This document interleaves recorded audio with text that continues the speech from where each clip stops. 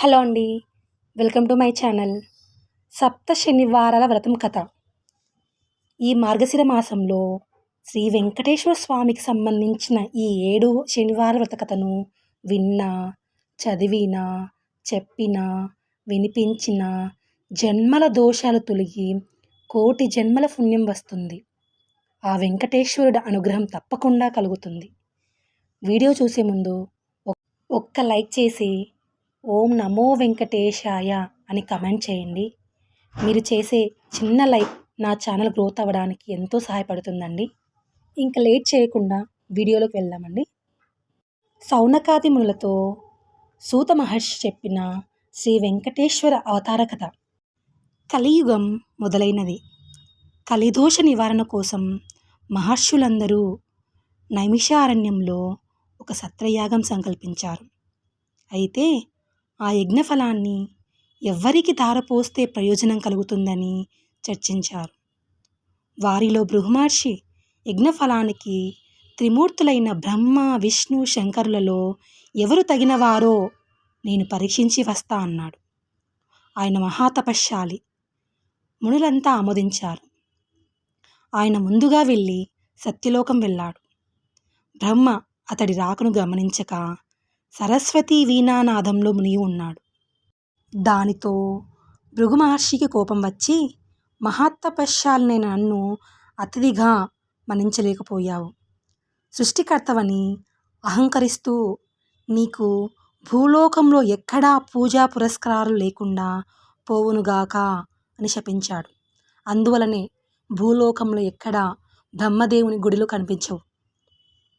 తరువాత కైలాసానికి వెళ్ళాడు. అక్కడ పరమేశ్వరుడు పార్వతితో ఆనందనాట్యం చేస్తూ భృగువు రాకను గమనించలేదు.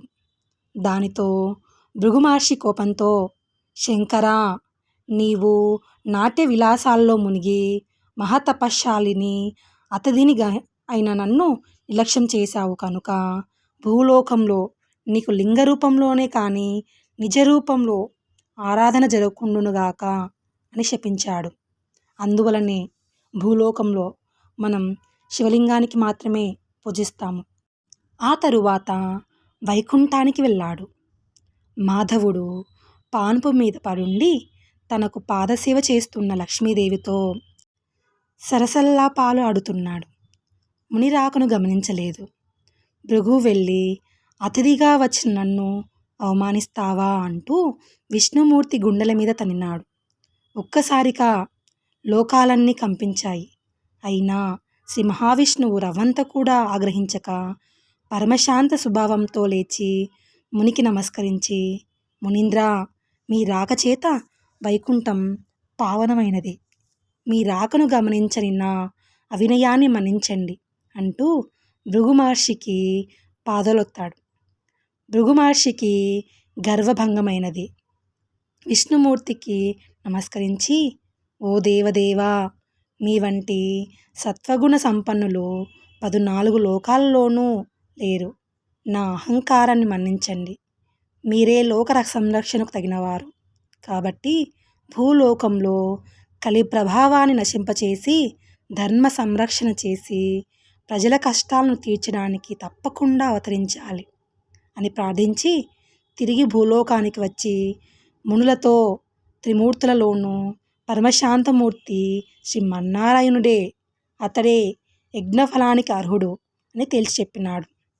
మునులందరూ సత్రయాగం చేసి ఆ ఫలాన్ని యజ్ఞపురుషుడైన మహావిష్ణువుకే ధారపోసినారు. అక్కడ వైకుంఠంలో లక్ష్మీదేవి కోపం వచ్చింది. శ్రీహరి వక్షస్థలమే తన నివాసం. ఆ నివాసాన్ని ఒక ముని కాలితో తన్నినాడు. అందుకు శ్రీహరి కోపించక ఆయనకు చాలా మర్యాదలు చేసినాడు. భర్తయే తనను గౌరవించలేదు అని అలిగి భూలోకానికి ప్రయాణమైనది.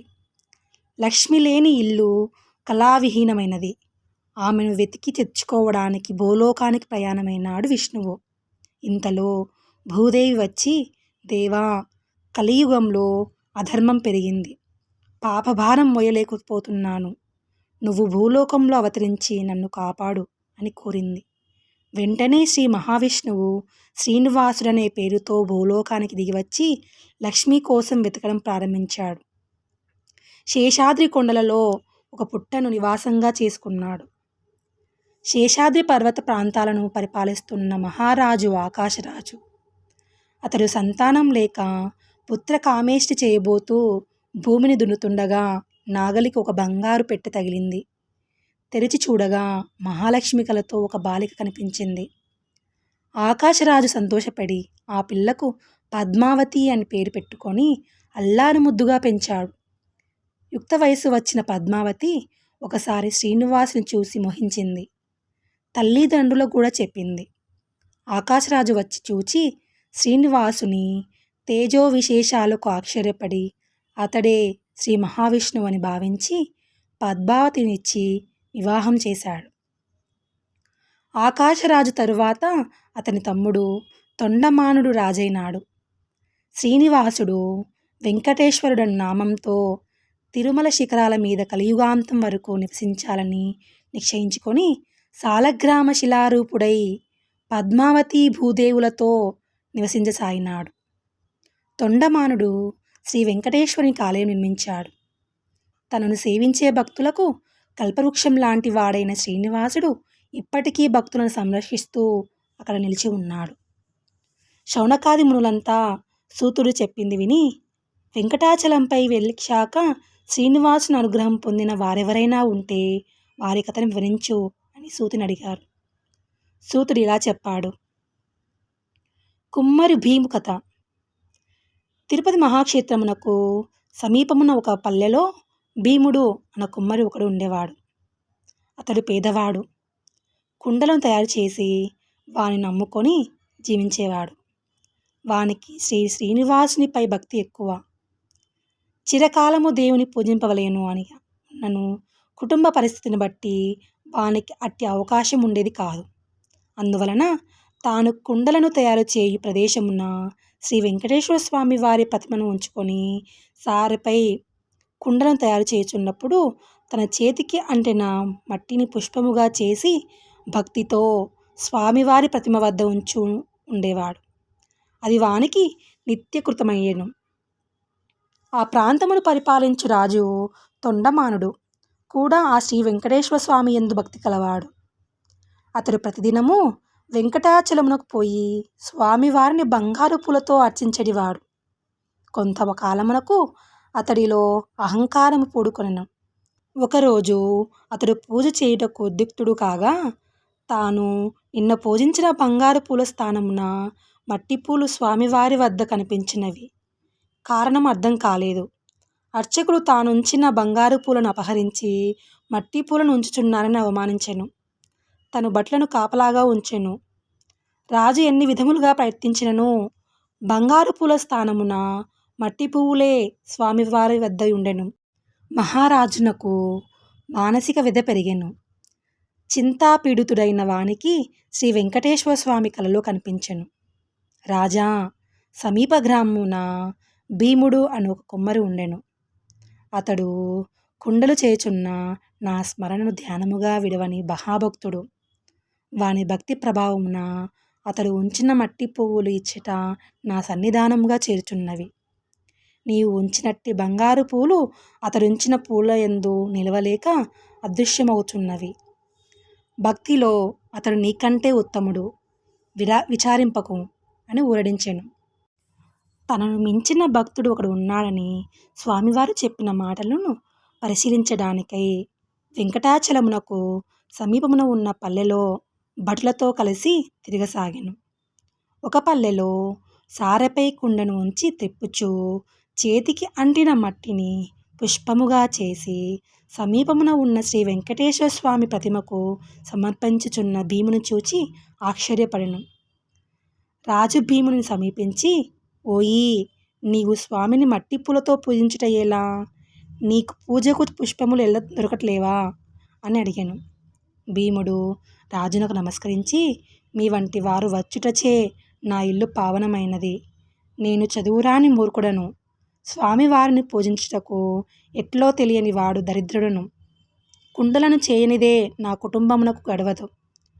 కావున నేను ఉదయము నుండి సాయంకాలం వరకు కుండలను చేయక తప్పదు.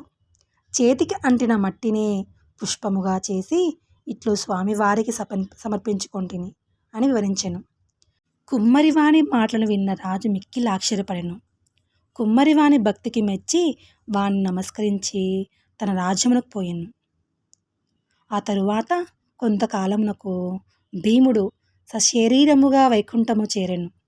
శ్రీ వెంకటేశ్వర స్వామి భీముని భక్తికి మెచ్చి ఇక నుండి నా హృదయం ప్రసాదం మట్టి పాత్రలో నివేదించవలెను అని తొండమాను మహారాజుకు కలలో కనిపించి చెప్పెను.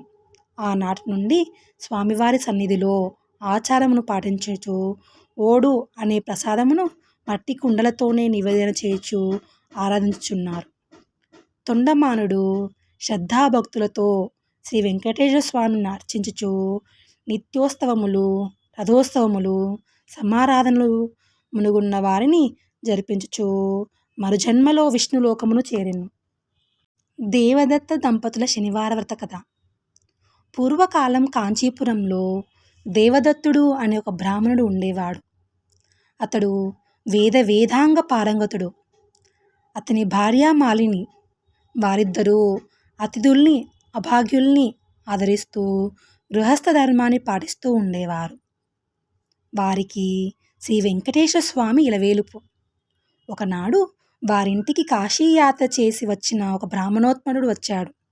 ఆ దేవదత్త దంపతులు ఆయనకు సాక్షాత్తు వెంకటేశ్వర స్వామిగా భావించి అతిథి మర్యాదలు చేశారు. భోజన అనంతరం ఆ బ్రాహ్మణుడు వారి జాతకాలు పరిశీలించి చూచి జాతకం ప్రకారంగా దేవదత్తునికి శనిదోషం వల్ల అపమృత్యువు కలిగే సూచనలు కనబడుతున్నాయని, ఆ అపమృత్యు దోష పరిహారం కోసం సప్త శనివార వ్రతం చేసి అటు శనేశ్వర్యుణ్ణి ఇటు శ్రీ వెంకటేశ్వర స్వామిని భక్తిగా ఆరాధించవలసినదిగా అని చెప్పాడు. అమ్మా, నీవు శ్రద్ధగా వహించి నీ భర్తను కూడా సప్త శనివార వ్రతం చేయడానికి ప్రోత్సహించి నీ సౌభాగ్యాన్ని నిలుపుకోవాలి సుమా అని హెచ్చరించాడు. సప్త శనివార వ్రత విధానాన్ని బోధించాడు.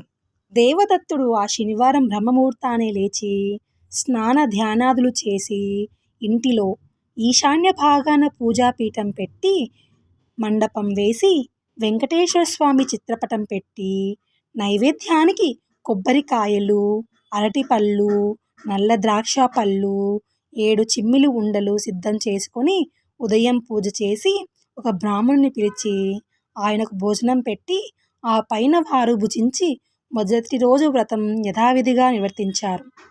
ఆ విధంగా వరుసగా 7 శనివారాల పాటు వ్రతాన్ని భక్తి శ్రద్ధలతో కొనసాగించారు. 7వ శనివారం వ్రతము సమాప్తి చేసి భోజనం చేసి కొంతసేపు శ్రీ వెంకటేశ్వర స్వామి మహిమలు స్మరించుకుంటూ నిద్రించారు. ఆ దంపతుల భక్తి శ్రద్ధలకు, పూజా విశేషాలకు ప్రసన్నుడైన శ్రీ వెంకటేశ్వర స్వామి మాలిని దేవికి స్వప్నంలో సాక్షాత్కరించి, ఓ పరమస్వాధ్వి, మీ దంపతులిద్దరూ శ్రద్ధాభక్తులతో చేసిన సప్త శనివార వ్రతానికి నాకు చాలా సంతృష్టి కలిగింది. ఆ వ్రత ప్రభావం వల్ల నీ భర్తకు శనేశ్వర దోషం, అపమృత్యు భయం కూడా తొలగిపోయాయి. అతనికి రాబోయే జన్మలోని ఆయురార్థాన్ని ఈ జన్మలోనికి తీసుకొచ్చి ఇతన్ని పూర్ణాయుర్ధారం కలిగేవానిగా చేశాను. మీరిద్దరూ సుఖశాంతులతో ఆనందంగా నూరేళ్లు జీవించి ధర్మార్థ కామోక్షాలనే 4 పురుషార్థాలు సాధించుకుంటూ మీ మానవ జన్మకు సార్థకం చేసుకోండి అని దీవించి అదృశ్యమైనాడు. వెంటనే ఆమె లేచి భర్తను లేపి తనకు స్వప్నంలో జరిగిన వృత్తాంతాన్ని వినిపించింది. ఆయన కూడా సంతోషించి భార్యను అభినందించాడు. ఆ శుభముహూర్తాన ఆ దంపతులిద్దరూ శ్రీ వెంకటేశ్వర స్వామి దర్శనార్థమై తిరుపతి కొండకు వెళ్ళి మొక్కులు తీర్చుకొని ఆ స్వామిని మనసారా స్తుతించి ప్రసాదం స్వీకరించి తిరిగి వచ్చారు. ఇంటికి వచ్చాక బ్రాహ్మణులు పిలిచి అన్న సంతర్పణ చేసి బ్రాహ్మణాశీర్వాదాలు పొందారు. జీవితాంతం వరకు యథాశక్తిగా శ్రీ వెంకటేశ్వర స్వామి సేవ చేస్తూ చివరికి శ్రీ స్వామి సాన్నిధ్యాన్ని పొందారు. కలౌ శ్రీ వెంకట నాయక అని పెద్దల సూక్తి. కలియుగంలో శ్రీ వెంకటేశ్వర స్వామిని మించిన ఆరాధ్య దైవం లేడు. ఈ సప్త శనివార వ్రతంతో ఆయనను ఆరాధించిన వారికి శని దోషాలు తొలగి శ్రీ స్వామివారి అనుగ్రహం లభిస్తుందని సూతుడు శౌనకాదిములతో వినిపించాడు.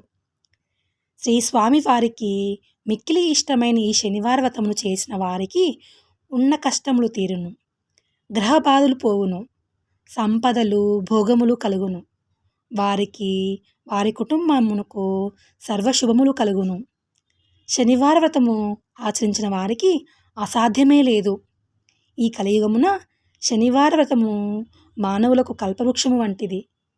శనివార వ్రతమును చేసి స్వామివారిని అర్చించి స్తుతించి ఈ కథను చదువుకున్నవారు ధన్యులు.